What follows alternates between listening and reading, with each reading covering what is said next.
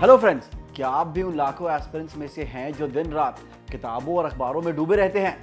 लेकिन क्या आपकी तैयारी सिर्फ किताबों तक सीमित है या वाकई आपको करंट अफेयर्स की गहरी समझ है? आज मैं आ गया हूं आपकी नॉलेज का रियल टेस्ट लेने। मैं पूछूंगा कुछ ऐसे जीके के सवाल जो अक्सर एग्जाम्स में घुमा फिरा कर पूछे जाते हैं। देखते हैं आप इनमें से कितने सही कर पाते हैं। चलिए शुरू करते हैं आज का जीके का डेली डोज। तो दोस्तों, हमारा पहला सवाल है कि करीमपुजा वाइल्ड लाइफ सेंचुरी किस राज्य में स्थित है? करीमपुजा वाइल्ड लाइफ सेंचुरी किस इंडिया के स्टेट में स्थित है? पहला ऑप्शन है केरल, दूसरा है कर्नाटक, तीसरा है तमिलनाडु और चौथा है उड़ीसा। तो इसका सही आंसर है ए, केरला यानी केरल। करीमपुजा वाइल्ड लाइफ सेंचुरी में हाल ही में किए गए एक फॉनल सर्वे ने केरल के सबसे नए प्रोटेक्टेड एरिया के बायोडायवर्सिटी रिकॉर्ड्स को काफी बढ़ा दिया है। यह सेंचुरी केरल के मल्लापुरम डिस्ट्रिक्ट में नीलगिरी की वेस्टर्न स्लोप्स पर स्थित है। इसका नाम करीमपुजा रिवर के नाम पर रखा गया है, जो चलियार रिवर की एक ट्रिब्यूटरी यानी सहायक नदी है। यह forest area Nilgiri biosphere reserve यानी NBR और नीलांबूर एलिफेंट रिजर्व यानी ER का हिस्सा है। इसके अलावा इसकी बॉर्डर्स तमिलनाडु के मुखूर्ती नेशनल पार्क और केरल के साइलेंट वैली नेशनल पार्क से टच होती है। दोस्तों, अब आते हैं हमारे दूसरे सवाल पर कि सक्षम एक एनुअल अवेयरनेस कैंप है जिसे किस मिनिस्ट्री द्वारा शुरू किया गया था? फिर से सुनते हैं कि सक्षम एक एनुअल अवेयरनेस कैंप है जिसे किस मिनिस्ट्री द्वारा शुरू किया गया था? पहला है मिनिस्ट्री ऑफ पावर, दूसरा है ministry of environment, forest and climate change, तीसरा है ministry of new and renewable energy और चौथा है ministry of petroleum and natural gas. तो इसका सही जवाब है दोस्तों D, ministry of petroleum and natural gas. सक्षम 2026 एक अवेयरनेस कैंपेन है जिसे नेशनल एनर्जी रिसोर्सेज के कंजर्वेशन को बढ़ाने के लिए लॉन्च किया गया था। इसकी शुरुआत ministry of petroleum and natural gas द्वारा की गई थी। इसका उद्देश्य ग्रीनर फ्यूचर के लिए फ्यूल कंजर्वेशन और सस्टेनेबल एनर्जी प्रैक्टिसेस को बढ़ावा देना है। यह campaign oil and natural gas sector enterprises द्वारा लोकल बॉडीज, स्कूल्स, इंडस्ट्रीज और स्टेक होल्डर्स के सहयोग से चलाया जाता है। सक्षम 2026 2 हफ्तों के लिए 2 से 16 फरवरी 2026 तक चलेगा। इसकी theme conserve oil and gas, go green, energy efficiency और रिन्यूएबल एनर्जी की तरफ बढ़ावा देने पर जोर देती है। फ्रेंड्स, अब हमारा तीसरा सवाल देखते हैं कि फ्यूगो वोल्केनो जो हाल ही में न्यूज में देखा गया था वो किस कंट्री या देश में स्थित है? फ्यूगो वोल्केनो जो भी हम हाल फिलहाल के न्यूज में देख रहे हैं वो किस कंट्री में स्थित है? पहला है इथियोपिया, दूसरा है ग्वाटेमाला, तीसरा है इंडोनेशिया और चौथा ऑप्शन है जापान। तो इसका सही आंसर है कि फ्यूगो वोल्केनो ग्वाटेमाला में स्थित है। ग्वाटेमाला का वोल्कन दे फ्यूगो जो सेंट्रल अमेरिका के सबसे ज्यादा परसिस्टेंटली एक्टिव वोल्केनोज में से एक है, वहां हाल ही में एक शक्तिशाली एक्सप्लोजन इरप्शन देखा गया। वोल्कन दे फ्यूगो ग्वाटेमाला में स्थित एक एक्टिव वोल्केनो है और स्पेनिश भाषा में इसका मतलब है वोल्केनो ऑफ फायर। यह एक युवा बेसाल्टिक स्ट्रैटोवोल्केनो है जहां से ऐतिहासिक शहर एंटीगुआ का नजारा दिखता है। ये वोल्केनो एंसिटानगो और एगुआ वोल्केनोज के बीच स्थित है और समुद्र तल से 3763 मीटर की ऊंचाई पर है। यह सेंट्रल अमेरिका वोल्केनो आर्क का हिस्सा है जो ग्वाटेमाला से पनामा तक फैला हुआ है। Guatemala Pacific ring of fire पर स्थित है जिसकी वजह से यहाँ अक्सर वोल्केनिक और सेस्मिक एक्टिविटीज होती रहती है। फ्रेंड्स, अब नेक्स्ट सवाल पे आते हैं कि नियोफाइट ID एप्लीकेशन किस स्टेट गवर्नमेंट द्वारा लॉन्च किया गया है ताकि इन्वेसिव प्लांट स्पीसीज की पहचान की जा सके? फिर से सुन लेते हैं कि नियोफाइट ID एप्लीकेशन यानी ऐप किस स्टेट गवर्नमेंट द्वारा लॉन्च किया गया है ताकि इन्वेसिव प्लांट स्पीशीज की पहचान की जा सके? पहला ऑप्शन है केरला, दूसरा है कर्नाटका, तीसरा है महाराष्ट्र और चौथा है उड़ीसा। तो इसका सही जवाब है दोस्तों ए, केरला यानी केरल। नियोफाइट ID एक AI संचालित मोबाइल एप्लीकेशन है जिसे केरला के चीफ मिनिस्टर द्वारा लॉन्च किया गया है। इसे पूरे केरल में इन्वेसिव प्लांट स्पीसीज की पहचान करने और बायोडायवर्सिटी कंजर्वेशन को सपोर्ट करने के लिए डिजाइन किया गया है। इस ऐप को Malabar botanical garden and institute for plant sciences द्वारा डेवलप किया गया है। यह एप्लीकेशन सिटीजन फ्रेंडली है और समुदायों, स्टूडेंट्स और इकोलॉजिस्ट को आक्रामक पौधों की निगरानी करने में मदद करती है। यह कैमरा या गैलरी इमेजेस के माध्यम से इमेज रिकॉग्निशन और जियोस्पैशियल ट्रैकिंग का उपयोग करता है। फ्रेंड्स, हमारे अगले सवाल पर आते हैं कि लॉर्ड बुद्धा के देवनी मोरी रिलिक्स यानी अवशेष यानी देवनी मोरी अवशेष मूल रूप से भारत के किस राज्य से संबंधित हैं? फिर से सुनते हैं कि लॉर्ड बुद्धा के देवनी मोरी रिलिक्स यानी अवशेष मूल रूप से भारत के किस राज्य से संबंधित हैं? ऑप्शन देखते हैं। पहला है बिहार, दूसरा है गुजरात, तीसरा है हिमाचल प्रदेश और चौथा ऑप्शन है उत्तराखंड। तो इसका सही जवाब है B, Gujarat. Bharat cultural and spiritual diplomacy के हिस्से के रूप में लॉर्ड बुद्धा के पवित्र देवनी मोरी रिलिक्स को श्रीलंका में प्रदर्शित करेगा। यह अवशेष गुजरात के अरावली जिले में शामलाजी के पास देवनी मोरी आर्कियोलॉजिकल साइट से मिले हैं। इस साइट की खोज सबसे पहले 1957 में आर्कियोलॉजिस्ट प्रोफेसर SN चौधरी ने की थी। खुदाई से पता चला कि शुरुआती कॉमन एरा के दौरान पश्चिमी भारत में बौद्ध धर्म काफी फूला फला था। देवनी मोरी स्तूपा के अंदर 24 फीट की ऊंचाई पर ग्रीन शिट से बना एक रेलिक कैस्केट मिला था। इस पर ब्राह्मी स्क्रिप्ट में एक इंस्क्रिप्शन है जिस पर दशाभला शरीरा निलय लिखा है, जिसका अर्थ है बुद्ध के शारीरिक अवशेषों का निवास स्थान। अब अगले सवाल पर आते हैं दोस्तों कि यूनियन बजट 2026-27 में वुमेन एंटरप्रेन्योर्स के लिए घोषित नए प्लेटफॉर्म का नाम क्या है।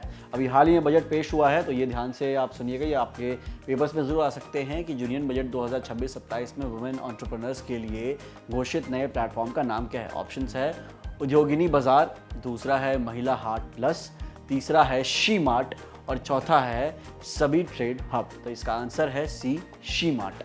फाइनेंस मिनिस्टर ने वुमेन एंटरप्रेन्योर्स को नए मार्केट प्लेटफॉर्म के जरिए सपोर्ट करने के लिए शी मार्ट की घोषणा की है। यहाँ शी का मतलब है सेल्फ हेल्प एंटरप्रेन्योर्स और ये marts community owned retail outlets होंगे। इन्हें इनोवेटिव और इनहैंस फाइनेंसिंग टूल्स का उपयोग करके क्लस्टर लेवल फेडरेशंस के भीतर सेटअप किया जाएगा। इसका उद्देश्य महिलाओं को बेहतर मार्केट एक्सेस, ब्रांडिंग सपोर्ट और एक स्टेबल इनकम देना है। यह सेल्फ हेल्प ग्रुप्स जैसे जमीनी स्तर के संस्थानों को और मजबूत बनाएगा। ये पहल लखपति दीदी प्रोग्राम की सफलता को आगे बढ़ाती है। अगला सवाल देखते हैं दोस्तों कि दिसंबर 2025 तक कौन सा भारतीय राज्य भारत की रीन्यूएबल एनर्जी कैपेसिटी में सबसे बड़ा कंट्रीब्यूटर बनकर उभरा है। सवाल देखिएगा कि दिसंबर 2025 यानी पिछले साल के दिसंबर 2025 तक कौन सा भारतीय राज्य भारत की रिन्यूएबल एनर्जी कैपेसिटी में सबसे बड़ा कंट्रीब्यूटर बनकर उभरा है। ऑप्शंस देखते हैं, पहला है गुजरात, दूसरा है राजस्थान, तीसरा है हरियाणा और चौथा है उत्तर प्रदेश। तो इसका सही जवाब है दोस्तों ए, गुजरात। दिसंबर 2025 तक 42.5 गीगावाट इंस्टॉल्ड कैपेसिटी के साथ गुजरात भारत के रिन्यूएबल एनर्जी सेक्टर को लीड कर रहा है, जो नेशनल टोटल का 16.5% है। राज्य कुल renewable energy and wind power capacity में पहले स्थान पर है और सोलर पावर कैपेसिटी में दूसरे स्थान पर। यहाँ की रिन्यूएबल एनर्जी में 14,820.9 मेगावाट विंड पावर और 25,529.4 मेगावाट सोलर पावर शामिल है, जिसमें हाइब्रिड और ऑफ ग्रिड सोर्सेज भी मौजूद हैं। भारत के रूफटॉप सोलर इंस्टॉलेशंस में गुजरात की हिस्सेदारी 25% से अधिक है, जिसकी क्षमता 6,412.8 मेगावाट है। राज्य के प्रमुख सोलर पार्क्स चरणखा, राधा नेस्दा और धुलेरा में स्थित है, जबकि खवडा में दुनिया का सबसे बड़ा रिन्यूएबल पार्क विकसित किया जा रहा है। तो अगला सवाल देखते हैं दोस्तों कि रियोमेटॉइड आर्थराइटिस अवेयरनेस डे हर साल किस दिन मनाया जाता है। फिर से देखते हैं कि रियोमेटॉइड आर्थराइटिस अवेयरनेस डे हर साल किस दिन पर मनाया जाता है। ऑप्शंस है, पहला 1 फरवरी, 2 फरवरी, 3 फरवरी या फिर 4 फरवरी। इसका सही जवाब है कि हर साल ये 2 फरवरी यानी ऑप्शन बी को मनाया जाता है। रियोमेटॉइड आर्थराइटिस अवेयरनेस डे हर साल 2 फरवरी को मनाया जाता है ताकि रियोमेटॉइड आर्थराइटिस के बारे में जागरूकता फैलाई जा सके। रियोमेटॉइड आर्थराइटिस एक ऑटो इम्यून डिजीज है जो दुनिया भर में लाखों लोगों को प्रभावित करती है। इस दिन की शुरुआत 2013 में रियोमेटॉइड पेशेंट फाउंडेशन द्वारा जनता को शिक्षित करने और इससे जुड़े मिथ्स यानी भ्रम को तोड़ने के लिए की गई थी।